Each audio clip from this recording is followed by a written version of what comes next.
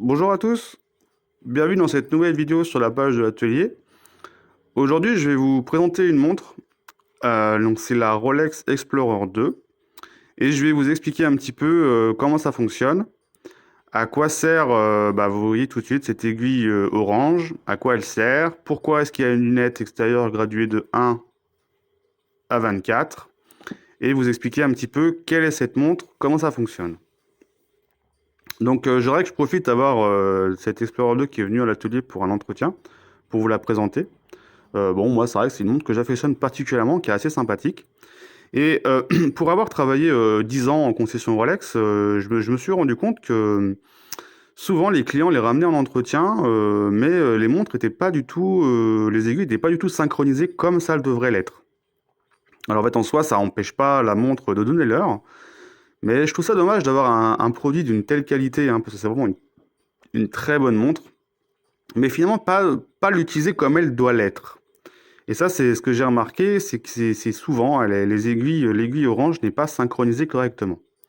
Alors, à quoi sert cette aiguille? Alors l'aiguille orange, elle fait un tour sur 24 heures. Hein, voilà. Donc elle va partir de là, elle va faire un tour en 24 heures. Et c'est pas une aiguille de GMT, c'est pas un deuxième fuseau horaire, c'est pas l'Explorer 2, elle est pas faite pour ça. Hein, pour avoir un deuxième fuseau horaire, c'est la GMT Master, GMT Master 2. Mais non, non, non, l'Explorer 2, c'est pas du tout ça. Alors, à quoi sert cette aiguille? Alors, il faut savoir que cette aiguille sert uniquement à savoir s'il est 13 heures de l'après-midi ou 1 heure du matin. Pourquoi? Alors, moi, cette petite anecdote m'a été expliquée par Rolex quand j'avais été faire des formations chez eux. Je crois que c'était Rolex Paris qui m'avait expliqué ça.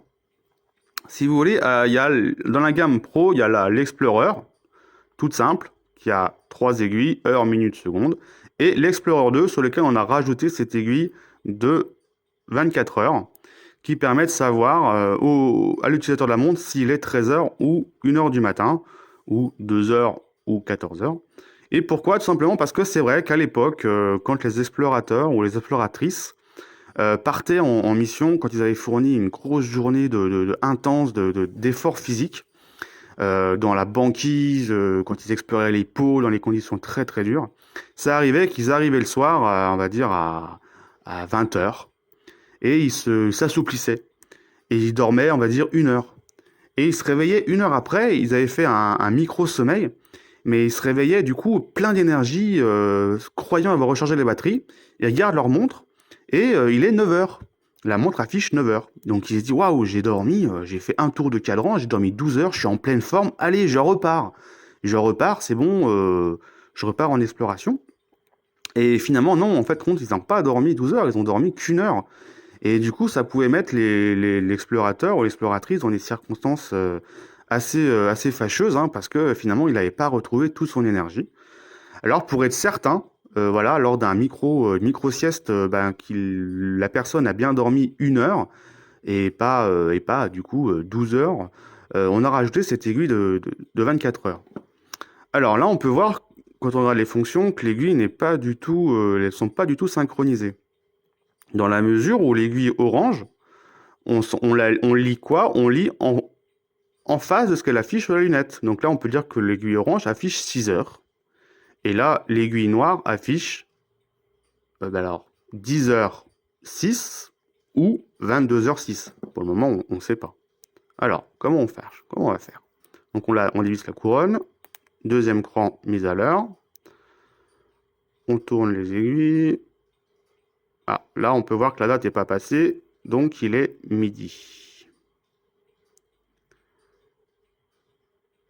Ah, là la date est passée, on peut voir qu'on est passé du 18 au 19. Donc ici, on est sur midi, et l'aiguille orange indique 20 heures. Donc ça ne va pas. Ça ne va pas du tout. Alors, comment on va faire? Si l'aiguille indique 20 heures, on va mettre l'aiguille sur le 8. Donc là, l'aiguille, là, nous sommes calés sur 20h01 et l'aiguille orange indique 20 heures.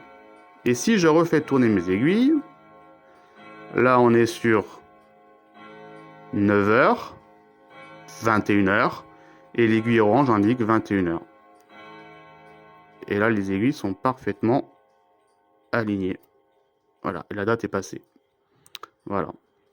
Donc voilà normalement comment devraient être calées les aiguilles. Là, on peut voir, du coup, qu'il est 9h05, et l'aiguille orange est bien en face du 9. Donc il est 9h. Il n'y a pas de doute de se dire, il est 21h. Non, là, il est bien 9h. Voilà normalement comment devraient être calées les aiguilles. Là, on peut le voir si on met les aiguilles à midi. Là, il est midi, parce que la date n'est pas passée, on est toujours sur le 19. Et là, on affiche bien midi. Elle est bien en face du midi. Donc voilà, en fait, en définitive, comment devraient être calées en permanence les aiguilles d'Explorer 2. En soi, ça n'empêche pas la montre de donner l'heure, mais c'est juste, voilà, par principe, comment cette montre a été conçue. Alors, c'est vrai que c'est un peu ce que je reproche, moi, à ce modèle-là. C'est les modèles assez récents d'Explorer 2. C'est que normalement, pour moi, je pense que quand en deuxième cran, en fait, on peut du coup désynchroniser l'aiguille orange sur l'aiguille des heures, hein, parce que finalement on peut faire bouger l'aiguille des heures classiques indépendamment de l'aiguille de 24 heures, ce qui fait que sont rarement synchronisées, quoi. Il faut vraiment que l'utilisateur fasse cet effort de se synchroniser pour le savoir. Et du coup, ça fait qu'il y a beaucoup de gens qui peuvent croire que cette aiguille orange, c'est une aiguille de 24, une aiguille de GMT, un deuxième fuseau horaire, alors que non. Sur l'Explorer 2, c'est vraiment une aiguille qui doit être synchronisée en rapport à la lunette et en rapport à l'aiguille des heures classiques pour savoir si c'est le matin ou l'après-midi. Voilà. Et moi, je pense que c'est un peu une erreur, un peu ce que je reproche sur ce modèle-là. Pour moi, on devrait avoir premier cran, donc remontage, premier cran, régler la date, mais sans faire bouger uniquement l'aiguille et des heures sautantes. Et les aiguilles l'aiguille de 24 heures devrait toujours être parfaitement synchronisée sur, sur l'aiguille des heures du mouvement. On ne devrait pas pouvoir faire ça, en fait. Ça, c'est vraiment une erreur. On ne devrait pas pouvoir faire ça, en fait. On ne devrait pas pouvoir faire tourner l'aiguille des heures indépendamment. Et parce que du coup, ce qui fait que l'aiguille des heures du mouvement n'est jamais synchronisée avec l'aiguille orange de 24 heures. Voilà, pour moi, c'est un peu ce que je leur reproche. Ce qui fait que quand les montres arrivent en entretien, elles sont jamais synchronisées. Les utilisateurs finalement s'en moquent. Et c'est vraiment dommage, hein. Je trouve que c'est vraiment dommage d'avoir un beau produit comme ça et pas l'utiliser à sa juste valeur. Voilà. Donc voilà une petite vidéo de présentation de l'Explorer 2, ce que j'en pense. Pour moi, un très beau produit. Très très belle montre. C'est la bon truc. Voilà, merci d'avoir regardé cette vidéo. Et puis, n'hésitez pas à partager ou commenter ou poser des questions. À bientôt!